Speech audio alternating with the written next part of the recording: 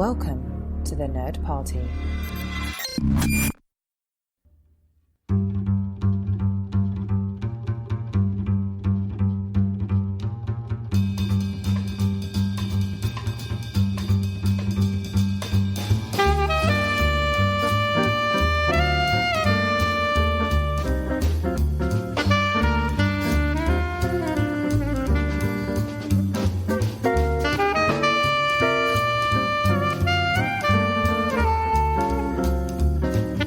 Welcome to Time and Space, a Doctor Who podcast. I'm Jessica Nunn. And I'm her husband and co-host, Philip Gilfus. Well, darling, what are we talking about today? I assume we're talking about the fact that we don't leave our house anymore. If only that were true. Oh, that's not what we're going to talk about, or that we don't. We do, actually. It's difficult to tell sometimes. Well, we took a break for our 100th episode. Yes. To kind of go big picture, but we thought we'd catch up. It's been several weeks and maybe even a couple months since Series 12 ended. Time, man. Yep. It just all blends in together. Might have just been 2 days ago. I don't know anymore. Timey-wimey. But we thought we'd talk about the Series 12 overview, and who better to join us but a 13th Doctor expert, and that is Charlynn Schmiedt. Charlynn, welcome back. Yay! Hello! For the record, I am not by any means an expert. I'm a first-timer watching Doctor Who. I'm your expert first-timer. I just want to make that clear for your audience. Well, you know only 13th Doctor. Of course, you watch the 9th and a little bit of the 10th as well, so... Yes, I'm working on it. I need to actually get into more quarantine watching. Surprisingly, I've watched very little TV in this whole ordeal. However, this latest season that we're going to review today feels like it aired years ago, even though it was only a couple of months. I'm telling you. Timey-wimey and quarantine timey-wimey, it's bad. Oh, man. Tell you what, it really has changed a lot of things. This just feels lifetimes ago. Mm-hmm. Maybe 13 lifetimes ago. Or more, apparently. Yeah. Right? We got to talk about that. Yes. And then just one... I have so many questions. We do not have answers, just so you know. Okay. That's fine. And then one thing about this whole quarantine, silver lining, blah, blah, blah. But for those who know, and I've talked about this last time, is that the Doctor Who watch-alongs, shepherded by Emily Cook of Doctor Who Monthly, continue to go on. She'll get an episode, and then she'll get one of the showrunners, or she'll get the director, she'll get the stars to live tweet, and it's all very cool. And they've had probably like 3 or 4 since I've last, done it. But it's also gets some semi-new Doctor Who content. So Chris Chibnall penned a little short story about the 13th Doctor falling, what was going through her head before she crashed into the train in the first episode of Series 11, after regenerating from the 12th Doctor. RTD, Russell T. Davies, wrote a sequel to Rose, the first episode, short story again. And then, this was, I think, interesting because it's actually a kind of a crossover. Stephen Moffat wrote a 13th Doctor short story. Ooh. So, that's cool. Yeah. I got some catching up to do. This sounds great. Yeah. So they're either on Twitter, because both all the 3 gentlemen. Well, I don't think Chris is on Twitter. Maybe he is. I doubt he is. Chibnall. But both Russell and Stephen were not on Twitter, which I think if you watch Doctor Who enough, you always get there's lots of Twitter jokes, usually put downs. But they joined just for this rewatch stuff, and they've actually been producing this content and on their Instagrams too. So you can find them on both those locations.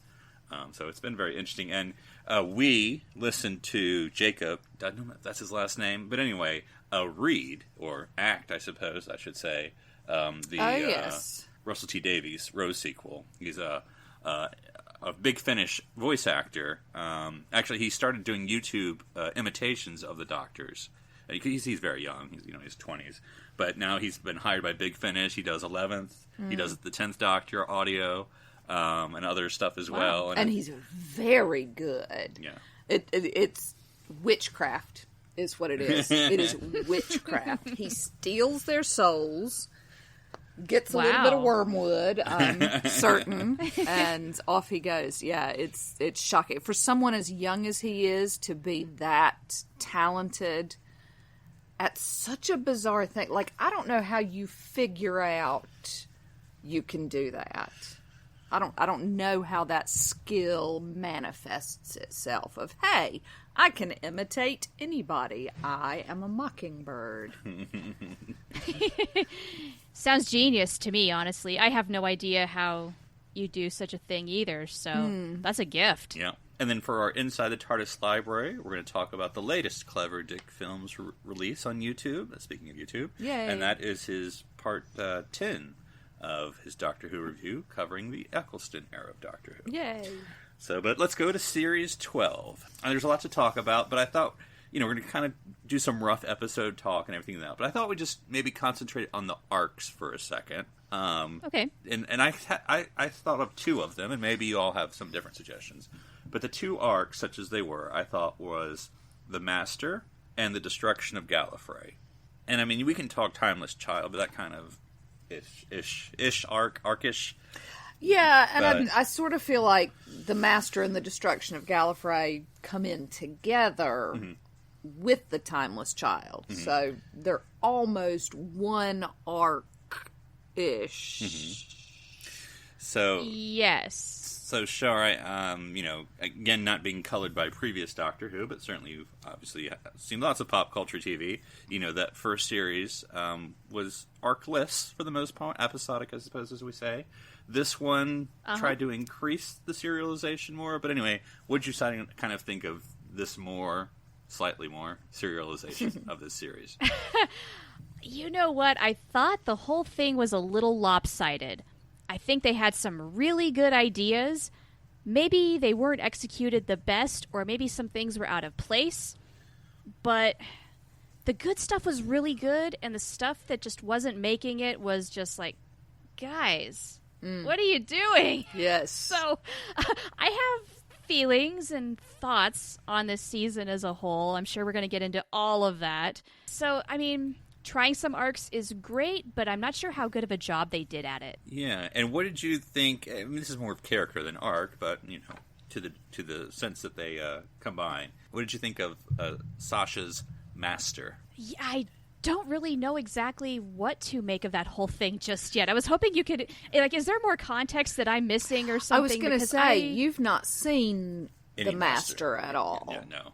Yeah, I don't know who this is, so I'm a blank slate. You can fill me with all sorts of misinformation, and I wouldn't even know. What would you just think of point. that? I mean, I guess, I don't want to color. You correct me if this is how, because the broad stroke is one of the Doctor's biggest villains, a fellow Time Lord, grew up together, etc. But I think even before you give much more context, this is an important question to ask. Because Shar, as a new watcher, which last season was supposed to be the big thing, we're doing episodic, we're not bringing in a bunch of allusions to other Doctors so that new people can get involved.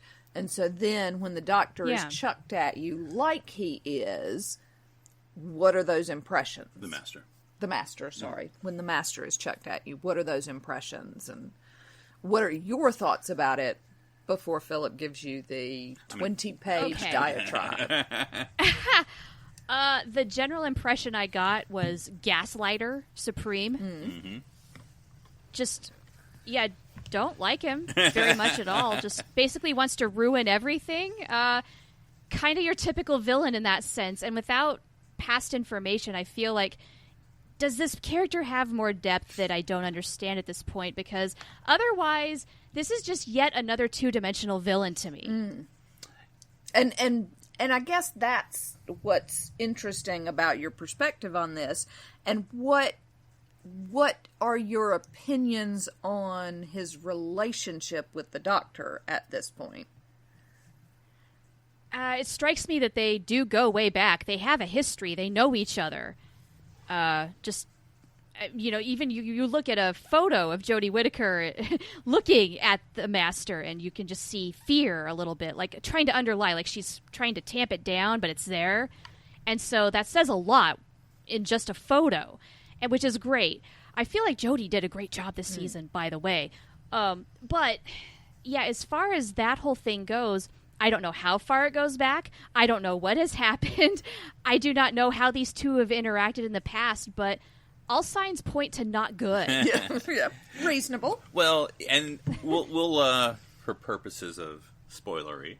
We'll stick to classic Who for a moment, based on Char. Oh yeah, for Char's spoilers. Yeah, but because based on your fair. response, that's often your response, Jessica, about the Master. Yes, in classic Who, yeah. very much. Yeah, just. Oh, so this goes way, way, way back. Oh yeah. Yeah, we're on. Oh, yes. Okay. Yes, we're doing a Third Doctor watch, and that's when the first Master appears, is during the Third Doctor era, John Pertwee. Okay. So in the 70s. So there's actually a lot of what's his name, Roger Delgado, I think that's his name, the actor. Sounds right. Master, like a lot. But it's a very good performance, but sometimes they just overuse him.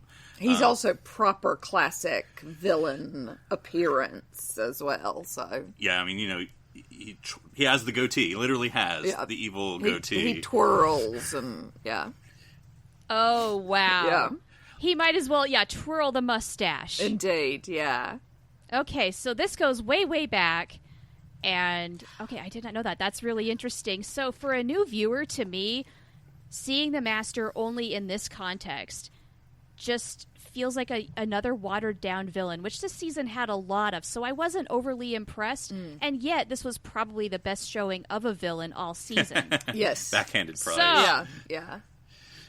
Yeah, and even, again, keeping it as spoiler-free as possible, this Master raises a lot of questions for those of us who have watched That's true. the Master and seen all the way through sort of this evolution. Because as much as we, and I know, you're still starting out, but, as much as we would often ask you, do you think these Doctors go together? So 9, 10, and 13... do these Masters go together? Because in the classic Who era, I mean, it gets technical, but broadly speaking, there are 2 Masters in classic Who. I mean, there's actually like 4. But, I mean, I'm not counting a one-off appearance in a serial, because there's like the Burned Crispy Master and the Deadly Assassin, and then there's... But anyway, there's basically, who we said, Roger Delgado, who's all of Third Doctor era, and then you have, I always get his name wrong, but Ainsley? Anyway, he goes from 4th to 8th. He is the Master. Oh, wow. Yeah, and so, but again, it's basically kind of like this Master, and not in a bad way, but over the top, villainy, muhahaha, that's... Okay. And you're not necessarily missing anything as far as... Is he also very two-dimensional in that sense and just, I'm such a villain, I'm going to show you how much of a villain I am? Yes, and he becomes, I think the Doctor or the Master becomes more three-dimensional throughout New Who, increasingly three-dimensional, and then we've sort of taken a step. As much as I think this Master is brilliant at what he does, for the most part, it's a little bit of a step back in terms of dimension. Mm-hmm. And there's no explanation for that. Okay. When does the Master show up in New Who? When can I expect that? I don't want to tell you. He shows up during the David Tennant era. I guess we can say that. Okay. That's vague enough. That's good. That's good, because I do want to, now that we have watched this season, I do want to get back to the David Tennant era. Yeah, you will see the Master then. Yep. And that particular Master, I think you'll enjoy, because the actor is very, very good. Both of them. Okay. But I guess one thing that stuck with me throughout, the first episode and the last one, I suppose, with the Master at least, and the destruction of Gallifrey, who, because one thing, after Spyfall, where the Master says, "Oh, I destroyed Gallifrey," at the end, and I don't know how you thought about it, Shark, because I know you didn't know the character necessarily, but, I mean, whatever. But, as you said, gaslighting, I didn't believe him.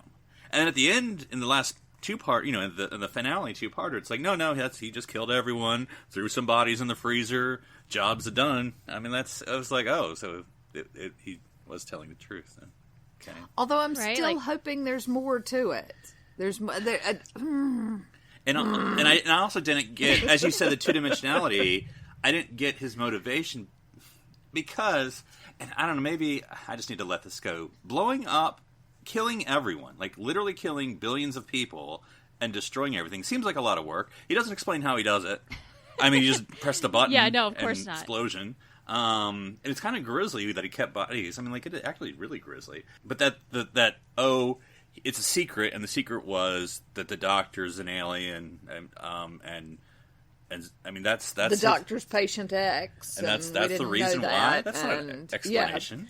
Yeah, I was not sure what to think about this whole thing for a long time. I did not know what to believe and who to believe. And as far as motivation goes, what I got was this has been a long, ongoing battle, and now the Master just really wants to finish off the Doctor once and for all.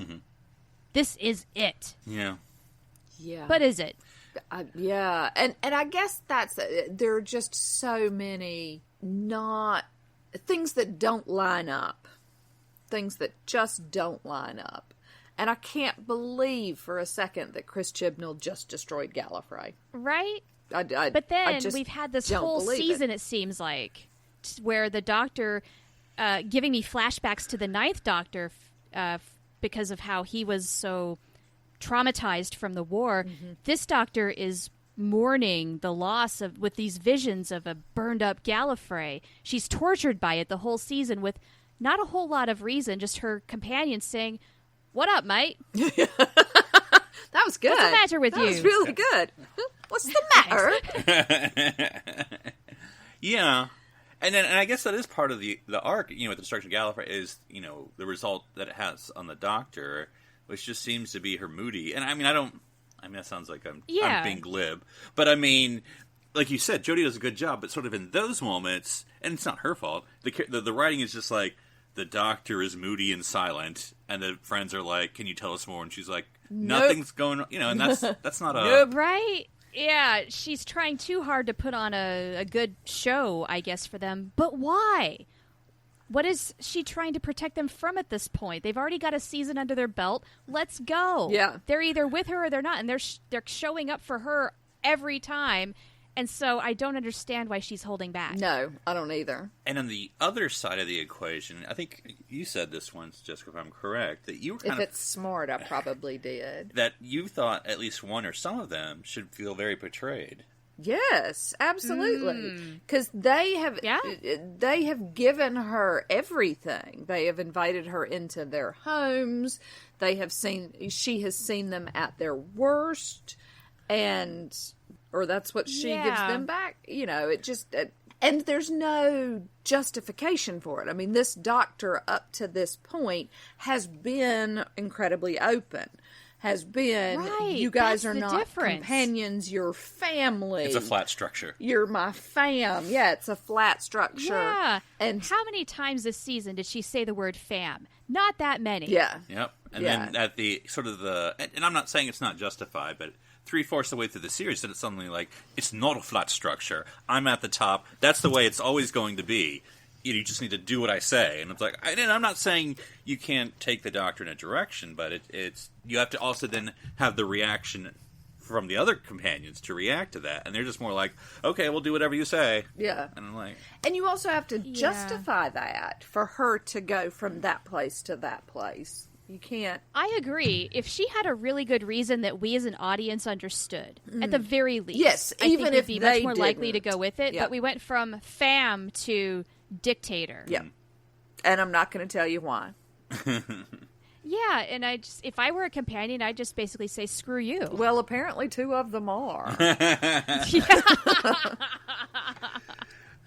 Well, let's talk about companions before we sort of get more episodes, just because, last series, and I'm not putting words in anyone's mouth, but last series obviously was very Ryan and Graham centric as far as giving them an arc or a story or a journey, all those things. Grandpa. Uh-huh. And we were always like, yes, yeah, you know what, Series 12 is just going to be nothing but yes, guys. Yes-centric all the time.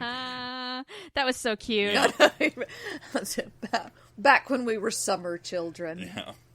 Yeah. Oh, if only. Yeah. So, We got a little bit, but I don't know about you guys. I didn't get enough from the companions this season at all. Again, they kept bringing in, and it wasn't just like one guest star to join the already full TARDIS. It was 6 new guest stars, and so No. the companions completely by the wayside. And there were some really lovely snippets. I mean, the bit we get on Yaz with the friend who died. Oh, yes, the Can You Hear Me? Yeah, I mean, but... Yeah, no, that was really good. I loved that. That's probably my favorite Yaz bit of the whole yes, season. and I'm like, and the police officer who is there for her, and that's why she becomes a police officer, and that little tiny snippet, and that's it. That's all we get, and we don't even get good explanation. Like, I wanted to know what happened, and I thought, oh, we didn't find out in this episode. We'll find out later. Nope. Yeah, sure. Nope. No, that was a lot of... What was wrong with this season was it had some great ideas like this and did not follow through. All the way through the season. Yeah. Yeah, so I kept thinking, too, hey, we're going to get an explanation later because they are going for more ARC stuff, and then, nope. Yep. Oh, there's a new doctor that none of us know anything about. We're going to get more explanation on this, I'm sure. Nope, not really. Oh, my God. Okay, I know we're all over the place right now, but can I just say that blew my freaking mind, and especially even more so when we just went through that episode where they introduce her and go straight back to more episodic stuff. Mm-hmm. I can't shift gears that fast. No. Yeah, we go from Fugitive of the Jadoon, where the Ruth doctor, though as I call her Dr. Ruth, was introduced. Yes. And then we go into Praxeus, and that's the one where it's just the too much plastic, and that's bad. Yeah. And nothing is discussed, as you said. Yeah, there's not even a mention of it. No. So it's like, okay, guys, you had a brilliant idea here, and you're not going to do anything with it right away? Are you kidding me? And the fandom is going crazy, you know. Not only is it another woman doctor, but it's an African American doctor. Well, this is amazing. Britain. But it's another doctor. That should not be. Yeah.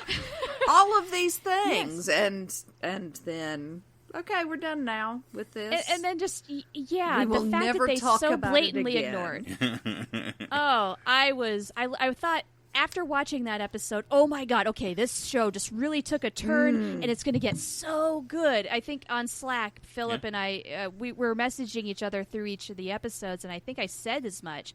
And then the following week, I'm just like, what did I just watch? It felt like they'd filmed that episode Praxeus, or not Praxeus, Can You Hear Me, before they did Praxeus, but aired it after, and I'm just like, guys, this is a serious misstep. How dare you?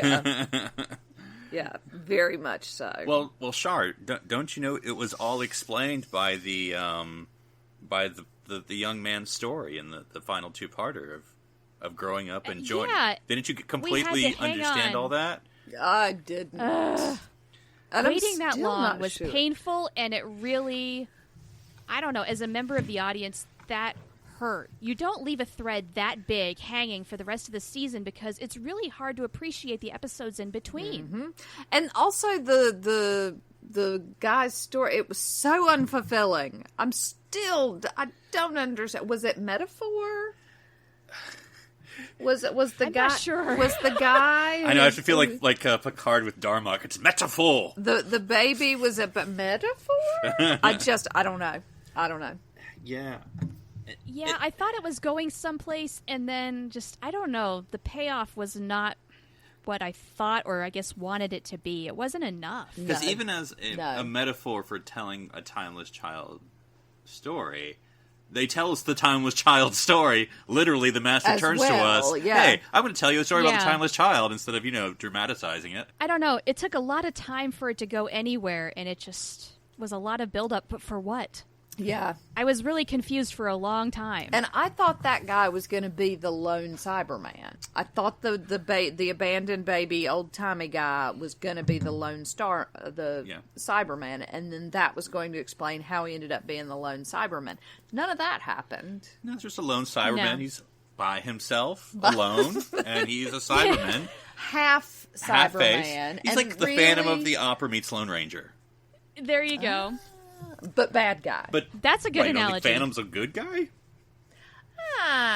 He's an anti-hero. Okay. I'm not sure the Lone Cyberman... He's the Lone Breaking Bad. Cyberman could have been an anti-hero. That's true. but they didn't do anything with it. Well, he also had Magic Destroy Universe inside him. True.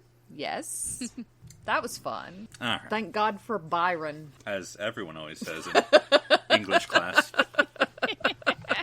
We have got to get you up to date on your Brit Lit, baby. So, like I said, we don't have to go by, but let's just go episode here and just high points. So, Spyfall, obviously a high point, but anyway. Yeah, that was a great start. Strong start. It was. Got all our that was hopes a fun up. romp. Yeah, introduces the mystery. You have, the Master, Revelation. You have the destruction of Gallifrey at the end that sets the tone for the rest of the series. Some lovely classic timey-wimey. The Doctor ends up going back in time to teach Ryan how to land an airplane without the front half of it or whatever. Yeah, I mean, and it's great splitting the party where you have all the companions on their own story. You have Yaz and Ryan doing detective work, and you get some, not necessarily, characterization. You learn a little bit more. But even the three and their own journey with the Doctor and stuck in the past with these great historic women that you learn more about. And it's all this stuff, and it's great. And so, that sets the tone, and that brings us to Orphan 55. Yeah, that was a bit of a letdown, wasn't it? Right. This was obviously the episode they had to neglect because they put so much into Spyfall. Yeah, but I don't know how that explains some of the other episodes. So, Yeah, it's true. I was willing to let this one go, thinking, okay, every season's got a weak point. They obviously could not give this episode the attention it deserved. Fine, moving on. And then I pretty much forgot what this whole episode was about. It was Earth all along.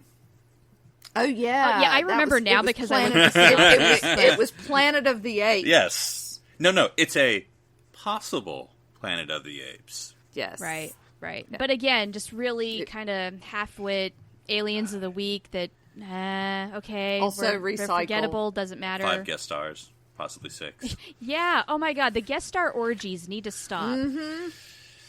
It's too much, man. I want to focus on the companions. Yeah. Let's get to know them, can't we? No. Apparently not. We're not allowed to. No, For as many strides as a season made, it needs so many more. Now, I don't know if all listeners know, of course, that, Char, you are an expert in something, and that would be Star Trek Voyager.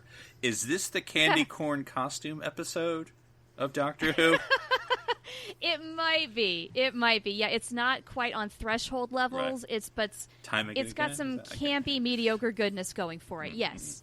So it's following the Star Trek Voyager caretaker pilot, and then you have candy. And then you got Orphan 55. That's a very good analogy to make. Yeah. I'm on board. It is a very niche analogy. Just saying. It is. As the one of us who's going, I don't know. Sorry, Jessica. It's fine. So then we go, because if you're an extremist, you're like either great episode or terrible episode. And I think maybe, depending on your categorizations, you can do that. This one is kind of a middle episode, and so I almost want to like it because, given the choices, I want to give it credit. But that would be Nikola Tesla's Night of Terror. I thought this one was all right. Yeah, all right. It was fun. For kind of a standalone episode, it goes into historical timey-wimey things and all the trashing rivalry between Tesla and Edison. It was fun. Right. I enjoyed it. Yes. And potentially in a way that Rosa did and the Demons of Punjab introduces people who are not at all familiar with Tesla. Mm-hmm. If I'm going to pick on this episode, again, because it's generic Doctor Who, and I say it in a good way. Generic Doctor Who's good. But generic Doctor Who. But the ending, because you have sort of, and I forget who the Doctor, is sort of having her, we learned a lot of things in this episode, moment, where, Oh, I want to talk about this. Go ahead. Because it's sort of like, hey, we had this great adventure with Tesla. I bet things turned out great for him. She's like, no, not really. Not at all. No. Not even in a good Van Gogh sort of way. No, not yet. No, not. It's just sort of, she doesn't understand. No, you'll understand the Van Gogh reference. But it's just sort of like, because look. And you understand the ref. There's an episode of Doctor Who with Van Gogh who, as we, killed himself, but obviously has this great legacy. Tesla, I felt like they were kind of, and I'm not a science person, so maybe I don't know, but I felt like they were trying to shoehorn a Tesla legacy. I'm not saying he did try to do good things, but to say like, oh, this world is because of Tesla. I'm like, well, I mean, he kind of failed to. But anyway, I don't know. What do you got, Char? Are you saying maybe they're trying to give him more credit than he deserves? deserved? It's just an odd ending. No, I don't think at all they're trying to give it, because I think Tesla deserves a whole lot of credit recognition. For stuff. Yeah.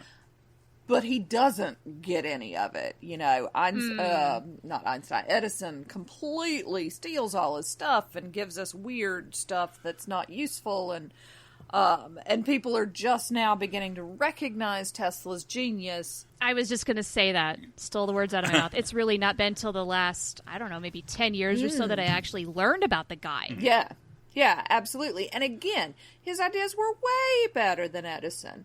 And perhaps what we needed at the end of this was the idea that the victors write the history. Yeah, I think that's a big takeaway we can get from it. But we didn't. Yeah, they don't give us like, that. As I said, it's kind of a depressing ending. It's like, yeah, he was great. Oh, well. Moving on. Too bad. Yeah, moving on. I mean, everything he did, he failed penniless. I forget his actual ending, but, he died and no one knowing him, and that's it. And today we don't really know him anyway. But also, wasn't he great on ER? Nice. Yeah, so, okay. One thing that you mentioned earlier made me think about something that the story structure does throughout this season that I guess bothered me more than I realized, because the more I think about it, the more grating it is. But especially when they're trying to do things on, I don't know, like just social issues and whatnot, they kind of take to the 1980s superhero cartoon format, which is where they have the adventure, and at the end it's like, so guess what, kids? Here's what we learned today. Yeah. And they got to get kind of preachy about it, especially the one with the plastics. Yes. Just like, look, I am on board with your message. I get what you're trying to say, and I don't disagree with it. But the way you're going about it is not going to win anybody over. Yeah. You want, at the end of each episode, to end with the tune, da-da-da-da. Na, na, na. Yeah, seriously, that's darn near what it could have been. Yeah. I mean, just... I don't know. I appreciate what they're trying to do with bringing out issues and whatnot, but it lacks the eloquence that other episodes have done this with, even in the 13th Doctor era, like Rosa. Mm-hmm. Yeah. Yes. There was no... And I don't know, maybe it's bad to compare. Subtlety. But there was no subtlety. No subtlety. And look, I get it. This is supposed to be a kid's program to some extent. And in some ways, maybe you do need to be direct so that the message comes across to anybody. But I don't know. I still feel like there's ways that you can get that message across with better writing. Yes. Yeah, I mean, and I'm just picking an episode at random, but one I know you've seen. But you think of, like, The Empty Child and The Doctor Dances, where ultimately, I mean, there's a lot of message, but ultimately about her, the girl, having to recognize her child. I mean, literally having to say, this is my child. Yes. I mean, that's... You my mummy. Yeah, and that's a very interesting tale about, I mean, you can go 10 ways with that about, a young or teenager having a child or, whatever. Yeah, an unwed mother. Yeah, but, and whatever you want to do with that, that's a great way to tell that story. But then, like, every episode, except for presumably the last two, were on Earth. I mean, okay, that's nothing wrong with that, but, I mean, the Doctor does, it is also a space machine. Right? You can go anywhere and you're just going to stay here? Why? Yeah, because this place is a trash planet. Because Jessica and I are currently in the Third Doctor era, where the Third Doctor was stranded on Earth in that era. Ooh. His TARDIS doesn't actually Okay. work, yeah. And so they have to all be Earth stories. And it's kind of like... But there's a justification for that. Because they wanted the BBC wanted a lower budget. Well, if it's on Earth, now we just use what we got. And then it's also like people will be interested. It's about Earth. Yeah. But I mean, but it's also a storyline justification. Yeah. He gets into trouble.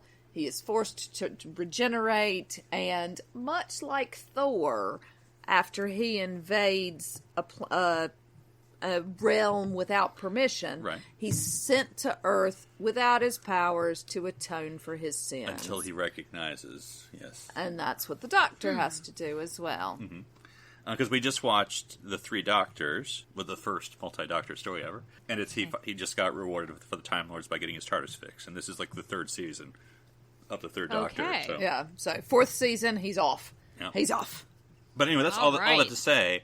I'm curious, the intentional choice, one believes it's intentional, of Chris Chibnall saying all Earth stories. I don't know. And it's not a budgetary thing, because they're all over the place with expense and... Because like even Orphan 55, that's a choice to make that Earth. It doesn't, like, that story can work without it being Earth, I think. I right? think. I almost prefer if it wouldn't have been. Yeah. And just be like, oh, these people Because then it's a F cautionary themselves. tale rather than Exactly. Planet of the Apes. Yeah, alternate. Because I've never, and again, they can do whatever they want, it's sci-fi, but I've never heard of like, so this is our future. It's a possible future. I'm like, what do you possible future mean? You either is or it isn't. We don't do alternate timelines. Yeah. Right, let's just take that out of the equation and make it another planet as a warning of what could happen. Yes. Why overthink it? Yeah. And why pound it? Again, this lack of subtlety of we have to make it Right. Earth because otherwise people won't understand the metaphor. Yeah, sure. Yeah, no. They call it. That also was a little too preachy. They call it sci-fi for a reason. Yeah. Okay, so after Tesla, we get Fugitive of the Jadoon, which we talked about. Yes. Captain Jack! We have not talked about this. Gosh. Well, Holy crap, I was not expecting this. yes. I squeed. I did too. Yeah. I was like, I know that voice. Yeah, unfortunately, I got Twitter spoiled just because of the time difference. I got to remember, can't go on Twitter on a Doctor Who day because Bugger. Britons are already tweeting. But I didn't say anything. But yeah, it took Jessica maybe like one line, and she's like, "Wait a minute." Yeah, I know that voice anywhere. Oh my god, that was amazing. And the fact that he gives Graham that big old kiss. Yes. I cannot wait until Captain Jack meets the actual Doctor and how that's going to go down. I know. Which I thought was going to happen this season. Right? And we don't get that satisfaction? Are you kidding me? I know. How dare you? To me, this is my absolute favorite episode, but I also hate Agreed, it same. because they didn't do anything with it. I know. It's such a I know. letdown. This was the moment that I was like, oh, things are happening, and things are coming together, and this is really exciting, and I can't wait until the next Oh, no. Just think about if this episode was after Spyfall. Oh, the whole season, we would have thought, oh my god, this thing is on a new level. Yes. Because I thought, this is where we're going to kick into some high gear and get into some serious arc stories. Yep. Which is why everything that came after it was So kind of a disappointing. disappointment. So disappointing. Because then you're just waiting. Are they going to do anything with this or aren't they? You don't plant this seed like this. Yeah. The timing is so off. Why do you do that? Yep. You're like, hey, where's Jack? Hey, where's Right? my doctor Where's this of other color? doctor? What the hell What's is she happening? doing? Where are they? And so every episode you start that way, and every episode you're like, oh, we don't find out this episode. Okay. We don't. Yeah, it's just like, help! Yeah. What am I doing here as a viewer? Yeah. And a frustrating thing for me as a Captain Jack fan, I mean, I'm glad to see, though, and these things I don't notice, and Char, I don't know how much you pay attention to the Nerd Party Slack, but obviously, the one thing about the Nerd Party Network, for those who don't listen to our other shows, which you should, we have a lot of experts about the visual quality of movies and TV. Oh, serious nerddom. Right. And I was on Twitter, and I don't, because I do follow a lot of Doctor Who nerds, but they were showing, they changed I don't even know the right words to use, they changed the visual coloring of Captain Jack in this episode. Oh, so did they color correct? It made it so much, because that thing is so, I don't know the color, yellow, or there's this, it is so light glossed when you watch this episode, his appearance. And was it orange? Because I know orange is always a deep thing in the 13 with our TARDIS, but anyway, it made him look so much nicer and poppier. I mean, I'm not talking about, John Berman as a person, I'm just talking about the character, the look, the palette. The coloring is just so weird. And then, because he did look kind of, because, he is aged, that's fine. And so when I was watching the episode, I'm like, are they trying to correct? Because, he's not the same, guy he was 10 years ago. They're trying to give him that youthful lighting with the vibrant colors. Yeah, and I've seen his hair fully gray. in real life. I don't know if that's a choice or that's what it really is now. So, whatever. So it's Captain Jack colored, and that's fine. But it looked kind of like they were doing a little bit of work when I was watching this episode. It was slightly distracting. Oh. You kind of like Data for those who were watching Star Trek Picard, where something you don't notice it, but you do notice it. You know what? Yeah. I didn't notice it with Captain Jack. I noticed that, yeah, he's a little older, but, I mean, human beings playing him, that's fine. That's fine. Yeah, and... but I didn't look that hard to be that honest. Oh, yeah. I was too busy it wasn't as stark of a squealing. difference. Oh, I'm always looking hard at Captain Jack, but that's neither here nor there. Well, I mean, yeah. And when I Who say isn't? When I say looking, no. Philip. So, but also, so being a big fan of this appearance, and you're like, oh, great. I'm like, wait, what happened? What? Why was he in this? Yeah. Okay, no, because they're teasing it. Okay, that's Guys, the other they're thing. teasing it. They're teasing it. He's going to be in the finale, Right. and they're going to explain He's gonna come back. how he knows about the Lone Cyberman, and he's finally going to meet the Doctor. Right. No. Yeah, I thought, okay, this is a great cameo. They're planning yet another seed, and he's gonna come back, and we get to see him again. Oh boy, oh boy, oh boy. No. No. Okay. Nope. Because Nope. I hate saying this, but my personal opinion is I'd rather he was not there and with no follow. Rather than be there and If they follow-up. weren't going to follow through. Because it's just, I mean, you don't... Yeah. if Hate to that's say, the but case, yeah. He's it too could big a have been character to anybody. tease. You Yeah. can't have a 30-second Captain Jack, in my opinion. You can, obviously, your mileage may vary. He's too big of a character to be like... It'd be like if, Rose Agreed. just showed up for like 10 seconds. You're like, wait, what? Yeah. And, you just can't... I don't know. Yeah. And my analogy for No, this is going we to can't, be... we can't have that. The Picard, Uh-huh. Picard goes and visits Oh, Riker and Troy. Riker and Troy, and then at the end of it, there's Riker with the ship to Oh, that's right. He save comes the back. day. Captain Riker comes back Yeah. in the finale of Captain Picard Yeah. season 1 for those who don't Hashtag watch. spoilers. Yeah, Yeah. but... Sorry. Yeah. So there's a follow-up. Yeah, you Yeah. know, when he drops the little, like, I'm Captain on reserve status, and then at the end of the finale, there's Captain Riker. So this having Right. Captain Jack, who's never in reserve status, having him... Just, it doesn't even have to be a big thing. It just explain how he knows about the Lone Cybermen or Yep. something. Yeah. Right. And yeah, show I us feel his like time if they with were going to Alonso. pull this card out, Yeah, they should have just used him judiciously. yeah. And I don't know if they really did. They just thought, oh, we're going to throw this out here while we're at it. Yeah. John's available, we're available, let's do it. It's like, okay. Right. I mean, and hey, it was great. Yeah. But Enjoy. again, the lack of follow through is killing me this season. Yes.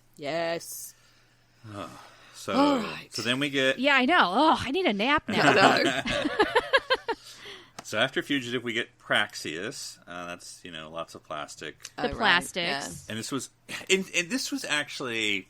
Potentially, meaning it went bad, but potentially there was a lot of guest stars. But I think this was one time where it could have worked because Agreed. every companion was on a separate story. So Ryan was on mission A, Yaz and Graham were on mission B, Doctor was on mission C, and so they each had their own adventure with their own guest stars, and that kind of made sense, but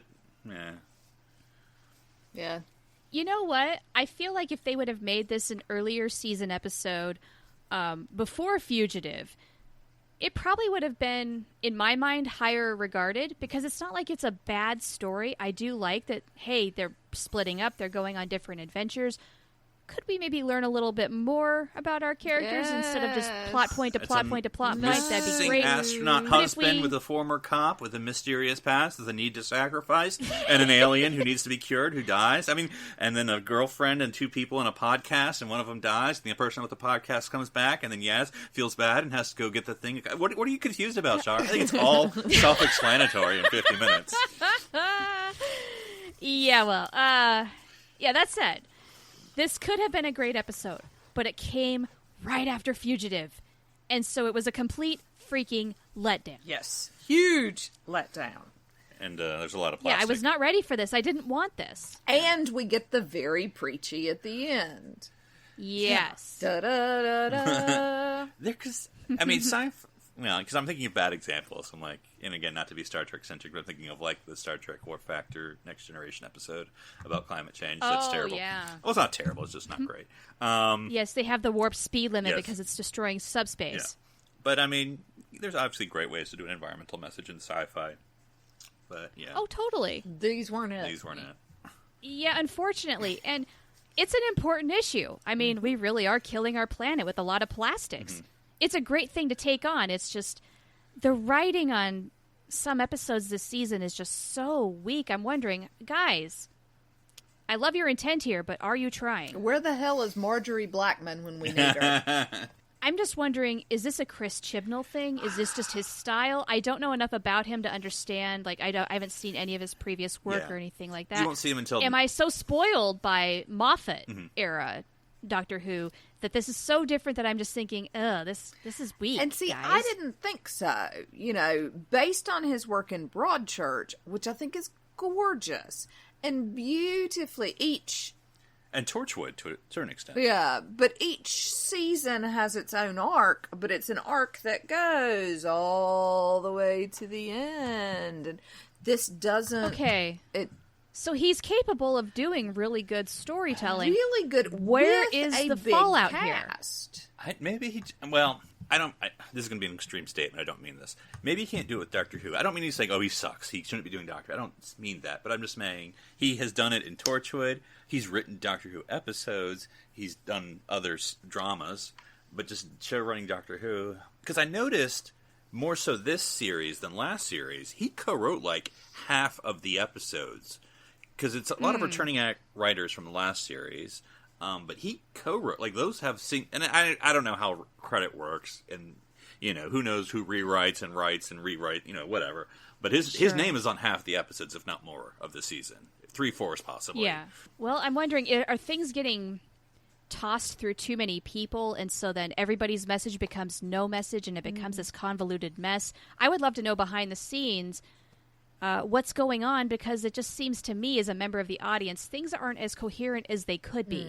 I need to see it's their reminding me a lot of board. Star Trek Voyager, honestly, where that show went through a lot of showrunners. They all had different visions for what they wanted the show to be, and in doing so, they almost go to the point of writing people out of character because you don't know who the character really is. They keep redefining it. Mm-hmm. And I feel like they're doing that with the storytelling this season of Doctor Who and why it's so imbalanced. Well, next, it was an episode I kind of liked, but I don't know. People may disagree. Can You Hear Me? This was basically everyone's fears. And I like this one. Because this one we finally got a little bit of companion backstory. Yeah, focus. Yes. Because I don't even remember what happened with the doctor, other than, you know, her fighting the fear, you know, which we'll talk about, the bad guys. But, I mean, it is mostly companion-centric. I mean, it is sort of funny, like, yes, it's Ryan's best friend, who he's had the whole time. What do you mean you don't ever heard of him? He's been there the whole time. What are you talking about? But, you know, you get the Graham story, which we know about, and it's not overemphasized, but it's still nice to see that follow-up. Yeah. We get the Yaz news story, but... as we've been all dying for anything Yaz, we're all for it. I mean, you get why she became a placeman. I mean, because that's, you know, interesting origin story, even though it's still fuzzy. Very fuzzy. And then you kind of get... But at least it's something. Yeah. Yeah, for those of us who are just looking for anything. Right? We're groping here for information. Yep. And then you sort of get the eternal villains and... That was weird, though. Yeah. The Eternal Villains thing, that didn't... That part wasn't interesting to me. It's in a planet bubble, the Doctor and the Doctor. I forget, you know, she fears... I don't even remember how it ended, but anyway. Yeah. I don't know. I like this one just for the character development and the fact that we did get something. Mm-hmm. Yes. And I asked you, Philip, on Slack... Right. Who did it better? That's right, Doctor Who or Voyager? Because there's an episode of Star Trek Voyager where Captain Janeway faces the personification of fear itself. Michael McKean played Fear. Yeah. Oh, okay. Yeah. Yeah, I like, and I know not all the people like that episode. I do like it. I do like that Voyager episode. I love it. I do too. It's kind of like Cirque du Soleil if it did mushrooms. Yes. Cirque du Soleil does not need to do mushrooms. Just for safety reasons. No, but they did. Right. Yes. And that's why people died. Indeed. Sure, there's a little bit of a death count. But yeah, no, I think it's kind of a little, I don't want to say lazy, but kind of we put all our effort into writing good characterizations. I don't know, blah, blah, sci-fi, Doctor fixes. What do you want from us? Yeah, but you know what? I kind of like it, though, when the plot will serve character development. I'm okay with that. Yes, absolutely. Absolutely. And to me, there was a lot of, scariness. Actually, this one was because of the detached fingers. Scary or gruesome, whatever word you want to use. Which is worse, detached fingers or the teeth face? I don't like teeth face, because especially when he, cracks their neck and then pulls the teeth out. It's kind of gruesome for me. But, yeah. So, yeah, you got to make a lot choice. of teeth. Teeth face or... especially when you kill Grandpa. Anyway. So after this, I don't know. You tell me, Jessica, what I think, or what you think. I will tell you what you think. The Haunting of Villa Diodati. Liked it as an idea. Again, feeds into my literature. Hey, look. And I love the attempt that was made to sort of tie in Frankenstein with the Lone Cyberman. Loved it as a concept. Really interesting. Doesn't really work. Or they don't. Yeah, I'm with you, Jessica. They don't make the tie that bow. They don't. Yeah. This is the one place I wanted a little bit of na. Because the argument, presumably, is that Mary Shelley is like, after this adventure, I've got a cracker of an idea for a book. Yeah. And that. Right. And even that wasn't given to us, really. Mm-hmm. No. Everything we wanted was not given to us in this season. No. And poor Byron, none of it. No. Well, Byron seemed pretty good. Percy's the one who got the short end of the stick. So. Yeah, I really wanted that one to be good. Because that's such an interesting story on its own. 3 very big characters, or notable characters, of real life. Right, being stuck in this perpetual winter, summer, and having to come up with all of these ideas. And then there's the romance between Mary Shelley and her husband, and the time of being taken away too soon because, of course, Shelley's going to die. So there's so much interesting historical stuff that they could have actually done with this that they did not. And because I think, and I don't know, sometimes I don't know, because again, being Americans, is there stuff you're supposed to know as a Briton? Because obviously they touch on Percy seeing his death. Though it took me a while to get that, because I just thought he's in the water like he was before. But that's that's how he dies. But that to emphasize the fact that this is going to happen very soon from now. Yeah, this is one where I thought the guest stars really could have and should have shined. Mm-hmm. And so there's that opportunity. And it could have been a fun romp, but for whatever reason, it just kind of fell flat for me. I guess because they had a great idea and it was wasted potential because of the lack of execution. Yes. Now, as a writer, I tend to be a fan of ambiguous endings because I like to I don't want to tell you everything. You figure it out yourself. It's whatever you want. But now we've had Graham seeing visions in the earlier episode of Can You Hear Me? Because he's the only one who saw the person in the prison planet bubble thing. Now he sees the ghost, and we're not going to explain those. Ever. And now, ever. We're not going to talk about this. Ever. Because Graham's done. He's not coming back next season. So this is done. Really? Yeah. As we said earlier, basically what's in the press is that both Graham and Ryan are going to be leaving. Yeah. Right. And the rumor is that Yaz will stay for the whole series, but...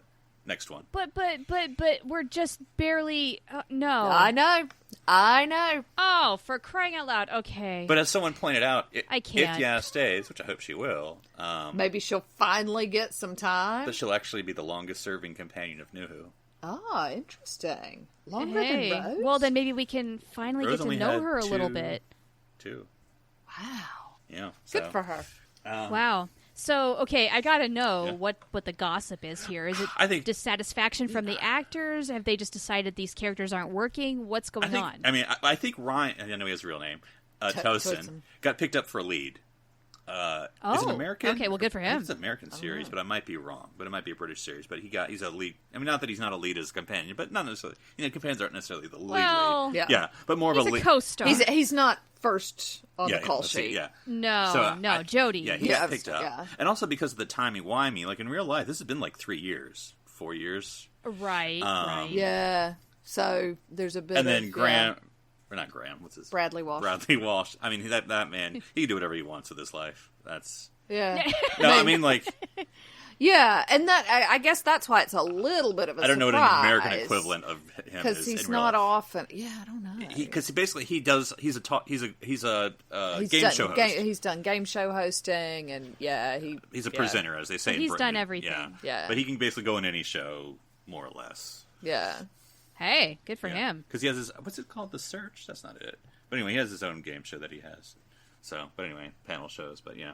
All right, so he's got things to do. Yeah. He's got But yeah, so. Okay, well that stinks because I was really starting to enjoy Yaz and Graham and their interacting, and I kind of get the impression that Graham is trying to play matchmaker for Yaz and Ryan, bringing them together.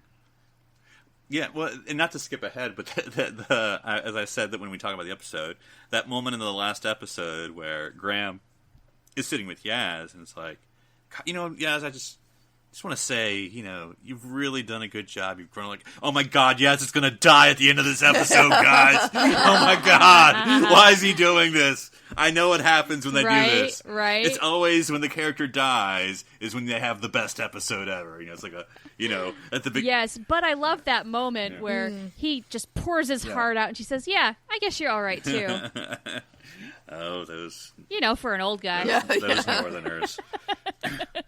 It was cute. And just thinking, he would like Ryan to be with a woman like Yaz. Yeah. Yes. Now, do I ship them? Not necessarily. No. It's always the Yaz and the Doctor. We all know that. That's the correct answer. And then we have the... You've been reading fanfic, have you? And then the two-parter finale, for lack of a better word, Ascension of the Cybermen and the Timeless Children. Meh. So, does it bring everything to a close? It does not. Not in the least.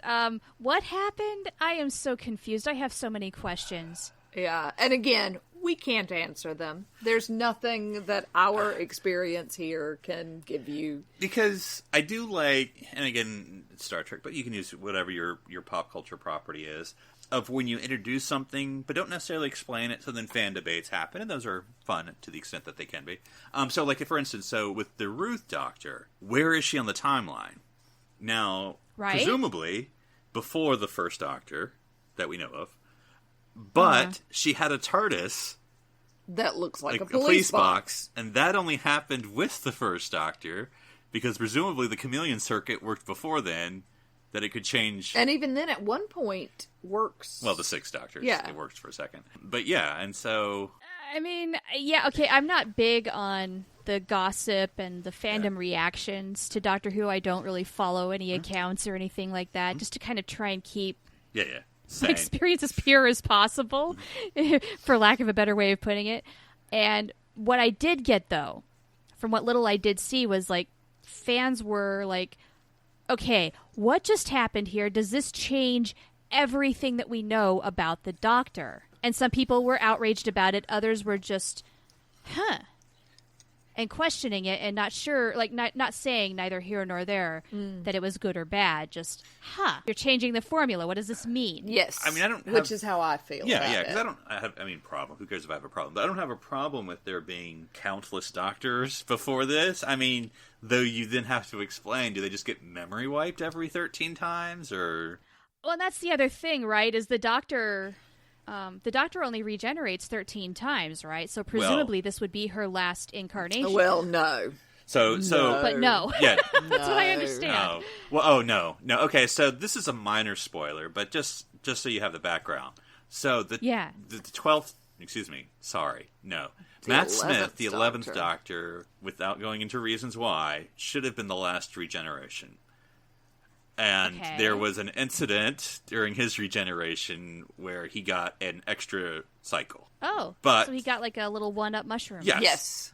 However, according to this episode, he didn't need it. That's what I was going to say. Because the Doctor apparently is the only person who has he did the, or she, did the AB, left start, and got unlimited lives. And because apparently every other Time Lord has the 13 limit, but not this alien, who's not even... The Doctor isn't really is an adoptive Time Lord, of course, or as this explains. Or Patient X and the Time Lords. And so... It's whatever. And that's the thing. Yeah, and that's the thing. When the 11th Doctor gets those extra, that's a thing. that's supposed to be a meaningful moment. Oh, this thing happened. Yeah. But now you're saying, oh, that was a waste because he would have just regenerated because he's the timeless child and timeless. Yeah. So, as a first-time viewer who doesn't know the whole franchise, I'm just kind of wondering, okay, why did they do this? And where are they going with it? Yeah. And as people who have watched all of New Who and quite a considerable bit of Classic Who, we're going, why did they do this? Yeah. I mean, what does this mean? Yeah. And So it's not just me. Yeah, I'm not stunned. I mean, they could do it. Just there's a reason, right? I mean, there's a payoff, I guess. Like, what are you going to do with this? Yeah. And I'm sorry, but after this season, I have doubts as to whether or not they're really going to pay this off. Yes, I agree. And I really hate to say that because I want to like this series. Jodie Whittaker is my first Doctor. She's my girl. Mm-hmm. But they really seem to drop the ball on this season. It's not her fault. It's the writing's fault. Yes, absolutely. The good news is that if Chibnall doesn't pick it up, there's definitely going to be an opportunity for the next showrunner to pick it up. Oh, definitely. Oh, that's true. Yeah. It's true. They just laid it out there. Yeah, they're leaving all of these big gaps that, I mean, I'm not opposed to gaps. I'm not opposed to 5 years later having a circuit close. But these are really big gaping holes. Yeah. Yeah. I don't want to wait 5 years for that. No. I'm sorry. That sounds too painstaking. Much. That's too much. The circuit really closing is. moments are really nice when you go, oh, that's why that happened 5 years ago. Sure. Rather than, I've been waiting 5 years. Somebody tell me why this is a thing. Like as the, Charlynn, Right. as the Babylon 5 person, you know what a payoff can feel like 5 years later. Heck yes. Okay, and that brings up another thing about storytelling. It's great if you want to blow things up and raise a lot of questions, but in doing so, you should answer some questions so your audience isn't completely clueless and left hanging completely on one thread. Yes. So for as many questions as you answer, you can bring up so many more, but give us that much. Yes. Be Babylon 5, don't be lost. Yeah. Thank you. Yes. Yes. This was my big problem with Lost. I loved to hate that show because of the way they would drop storylines. And not to begrudge someone who I like, but Battlestar Galactica too. We're looking at you. So, I mean, this is just a big lesson on storytelling, I guess. Yeah. Writing is hard. Yes. it is. Na na na na. That's right. There you go. There's my PSA. I'm done. Thank you for coming So here to was my what we TED learned today. Talk. And I actually have to remember, or I actually forgot about the ending until we were talking. Actually, the reason I remembered about the ending is because Jodie has now done 2 videos, quarantine videos, as the Doctor. As a PSA, Yes. Which I think is hilarious that she has the costume at home. But and she's not a natural blonde, so she's also dyeing her hair just for this. But anyway, unless that's a wig. But anyway, That's so adorable. Yeah. But someone played with that second video, so where she's talking about like, oh, I've been captured, and then it zooms out and it reveals that she's on the prison ship at the end of the episode. But because I'd forgotten.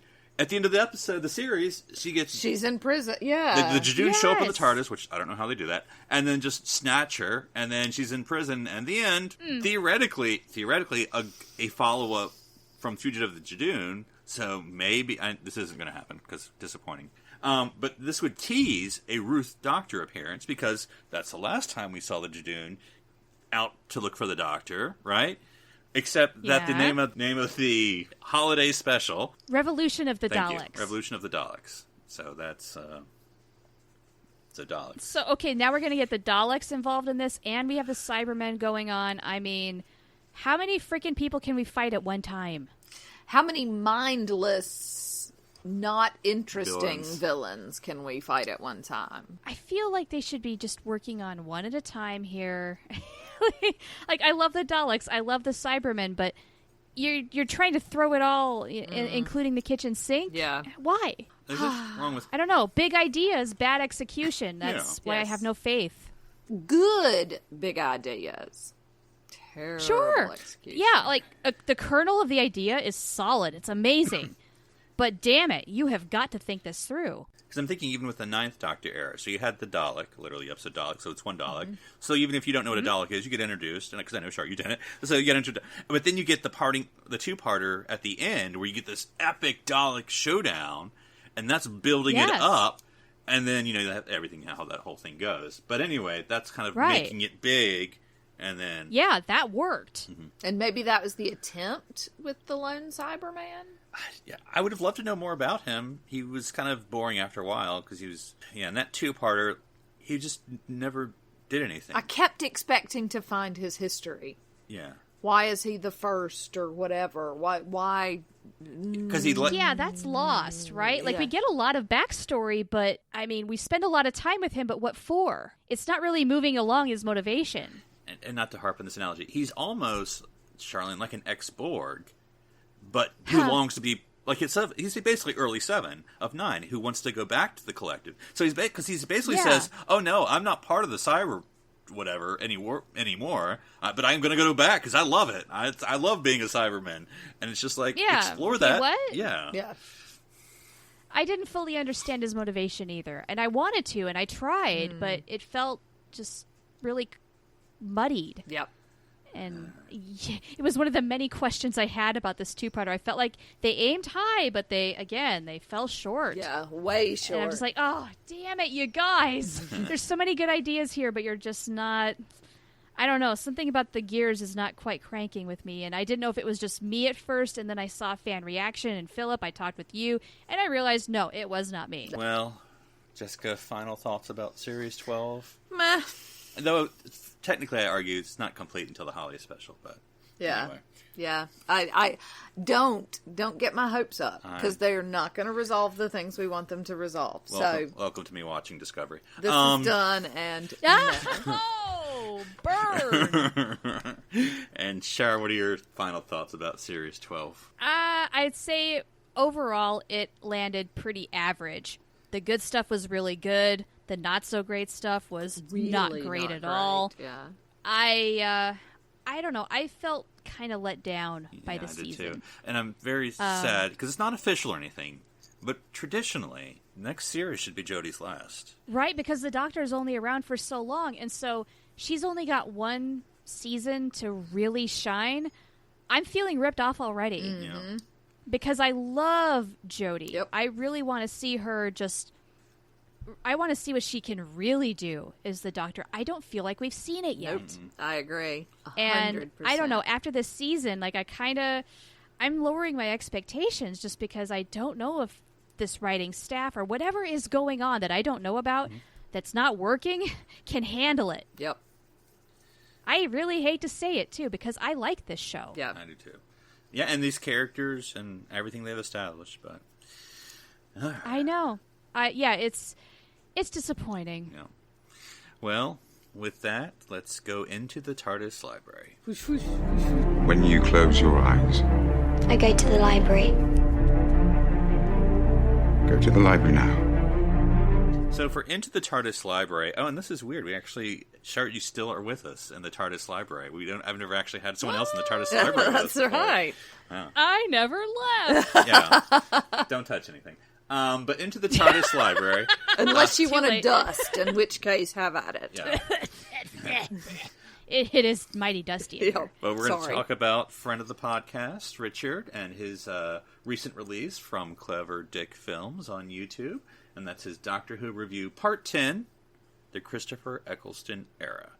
Now, I think this may be the first one you've watched, Char, and I guess when I sent this to you, because, having watched the Ninth Doctor, being a new Whoer, that I was like, oh, you'll be good for this. I was like, I guess I should have prepped you, because you were like, oh, this will just be, episode reviews or something. Like, oh, no, this is deep dive. Yeah. Well, honestly, Philip, no, you didn't need to prep me. I just wasn't really sure what to expect. I didn't know if he did an episode-by-episode recap and did a review. I had no idea what exactly his reviews were. And honestly, I loved it. This is the very first one that I've watched. And I got so much information out of this. And it's a great production value. You can tell that he has just encyclopedic knowledge of the series as a whole and puts his heart and soul into making these videos, and it's amazing. I can't wait to watch more. Was there anything that surprised you about the, I never know the right word to use, rebirth of Doctor Who in the 21st century? I suppose it's not so much the rebirth as it was what came right before it, which was the web series, which I knew nothing about. Yes. And how in its day it might have not seemed like much, but really, I mean, they were doing quite a cool thing where they're using Flash to tell a story as a web series because bandwidth isn't quite the same as it is now. But they're trying to be innovative on a really low budget and trying to do something for the 40th anniversary. And by gosh, it might have not been perfect, but darn it if they did not try. And I really appreciated that because I had no idea that even existed. And so that helped give me context for what things were like for the Doctor Who franchise going in prior to 2005. Like where they have the interview where the host is just kind of, playing things down like, yeah, science fiction, ha ha ha, who needs that? Nobody watches that anymore. That's for nerds. And so it gives an idea of the climate and certainly the mindset of the execs who had written Doctor Who off as a franchise. That's in the past. We've moved on. What is that for? Yeah. And so the fact that they even gave it another chance and that so much was at stake, that helped me understand how important and how amazing it really was that they pulled this thing off the way they did. Yes. Absolutely. So I got a lot out of this. Did you learn anything new, Jessica? I'm not sure necessarily that I did. I just always enjoy the overview. I just find it fascinating. I think one thing I like from Richard, because I've had these moments too, as a diehard fan of him admitting there were things that he was like, oh, new Doctor Who, all right, show me what you got. He's like, oh, this, that, and then he's like, oh, but no, it's good. I was being stupid. Yeah, it's true. I appreciated that as well, coming from a longtime fan who didn't necessarily have the highest of expectations and then eventually conceded, yeah, this is pretty freaking good. Yeah. Mm-hmm. Yeah, and just we've talked about it before, but to go over it again, just the matching of Chris Eccleston and Billie Piper. Yes. Yeah, we talked about that a long time ago where Billie Piper was often maligned as, oh, she's just a pop star. She can't act, against Chris Eccleston, who was the serious actor. I don't know if you know. He's working class. I figured that out. Uh-huh. Right. We got that. And his roles have mostly been about working class. Working class. Tortured souls. Right.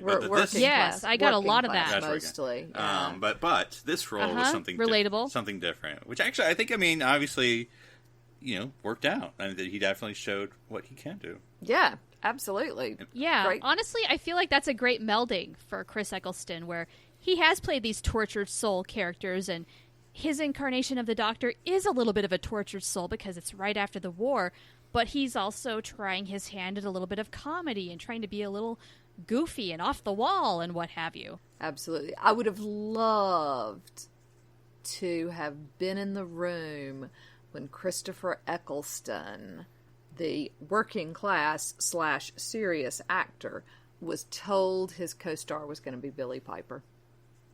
Who? I would love to know what he thought. Would have loved to be in the room for that. Just because, as the review stated, the superficial reaction was, oh, this thing is just going to be awful. Yep. And they were commenting on the wardrobe and just how that wasn't the Doctor and how this was just terrible. And then, lo and behold, guess what? They told some really great stories. Yeah, amazing stuff. Yeah, and Billie Piper, you are fantastic. So fantastic. Yeah, Just she showed everyone, and I love it. Yeah, absolutely. Absolutely. Uh-huh. I imagine if I had been completely up to date with things in 2005, my reaction would have been much like my reaction was when Bradley Walsh was announced, which was totally wrong. But I was like, Bradley Walsh, nope, nope. And now I'm like, don't go, Bradley, no. So you totally underestimated him. It would be like if they announced underestimated him. I'm trying to think of American examples. Tom Bergeron or Bob Saget or something was going to be the next Doctor Who companion. You're like, yeah. Okay. Yeah, and then I like watch Tom them- Bergeron, Yeah. Yep. but I'm not sure as a Doctor's companion. Yeah. I mean, Saget, he would just swear a lot. Yeah. If I know anything about his comedy. But yeah, I liked how Richard, obviously, because I as his fandom, but also that's the BBC, Michael Graves spitting on Doctor Who and its stupid face, and then at the end telling a tale, Michael Graves going like, oh no, Doctor Who's great now, and it's like Yeah. And Richard's like, Things told changed you, a lot. stupid face. But I think there's obviously in this video and people there is a difference between classic Who and new. I mean, just in a million ways. I mean, the heart is obviously, or the two hearts is obviously still there. But the budget, the graphics, even the stories. They're more domestic stories in some ways with Russell. That's that's how he tells stories. In his prior shows, you get a lot of Rose and her mom, and Mickey, and plants that sort of, as we're doing all this stuff, we can still come home and yeah, still a little bit. Yeah, of kitchen I appreciated sink drama. how. Well, and I think Russell T Davies, he was the right person at the right time. Yes. Mm-hmm. He knew the show well enough to know what worked in the past and then what it needed to be in 2005 so that a modern day audience would connect with it. And it was kind of that perfect re-entry point, right? And so they're reflecting on contemporary issues and not doing too many throwbacks right away of classic elements for the sake of nostalgia, just doing it because you can, which sometimes I feel like maybe now that is a little bit of what they're doing. Yes. Yeah, because not to forget which number episode, but there's no Dalek until that episode, and it's just one.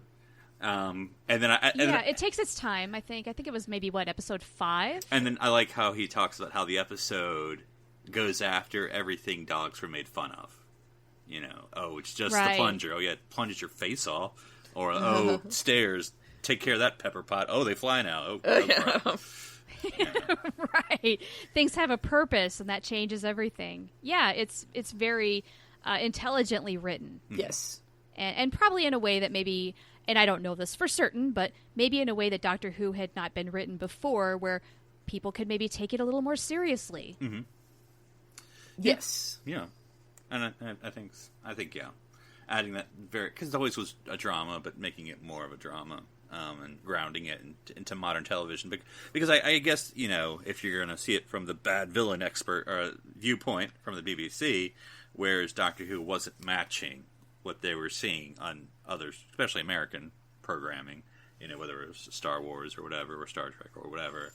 And so I liked how Richard ties it together with Buffy. All American examples. I felt bad for UK, but Buffy and Next Gen and everything else, and how that sort of created what. Yeah, I mean, really though, that's a great connection to make, because I feel like in the early 2000s there was sci-fi out there, but I think a lot of people, aside from hardcore sci-fi TV fans, were not paying any attention to it. Mm-hmm. I mean, you had things like Farscape. And whatnot, Earth and Final stuff like Conflict, that. or all these Star Trek Enterprise. There was stuff out there, Andromeda, but the general audience did not care. So there was this attitude of sci-fi. That's when it was still for nerds, and then things change in between that time and this time, where suddenly things get a little more in vogue, and maybe Buffy was that bridge. Things like I think Xena too. Yeah, even though that's not sci-fi, it's a little more fantasy, but it's. People know who that is. Yeah. And even that wasn't...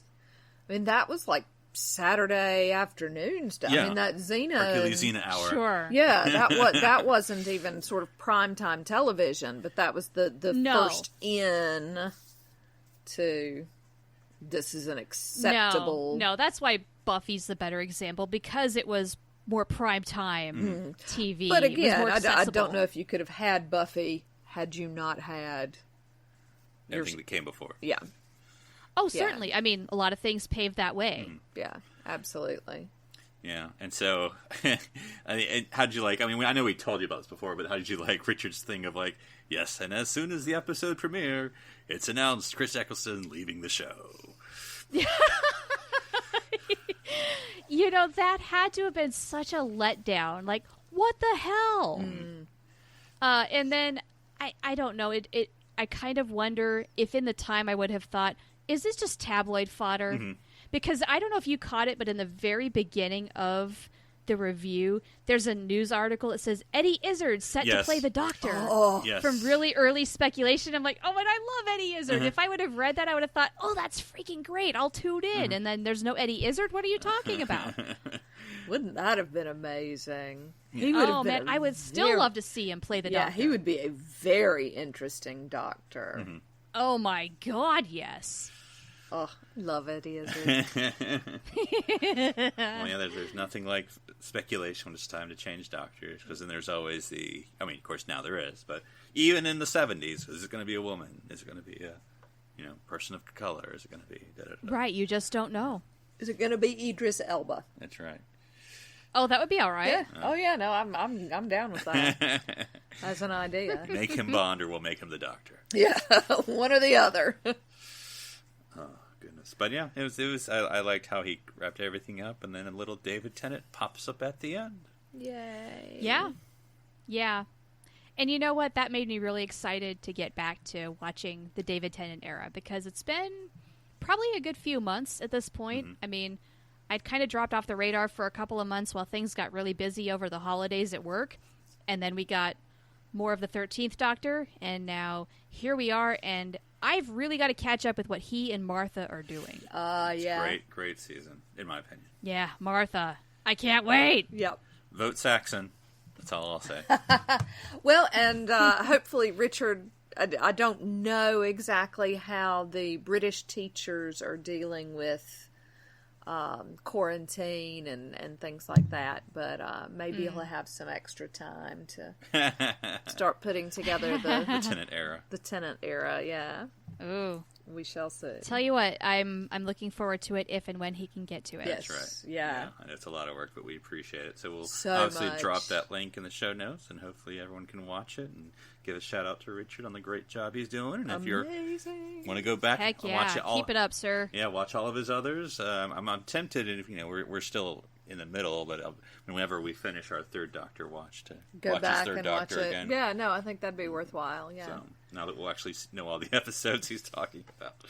So, well, Shar, if people want to chat more Doctor Who with you, where can they reach you online? Well, they can go on the Twitter, and they can find me at Oh the Profanity, and I'm happy to talk Star Trek and Doctor Who and Babylon 5 and a lot of timey-wimey sci-fi stuff. Well, darling, guess what we're talking about next week? What are we talking about next week? Assuming the Postal Service cooperates, yeah. I have a little package from the UK that should be arriving perhaps as early as Saturday. Wink, is it a puppy? It is not a British puppy. But it is the copy of The Faceless Ones, which is one of the animated...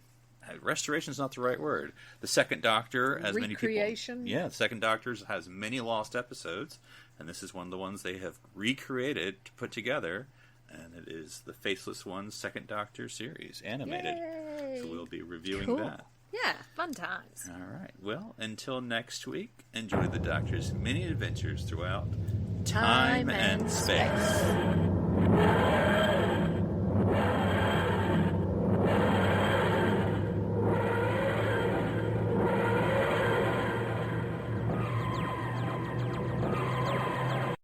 This is BBC Television.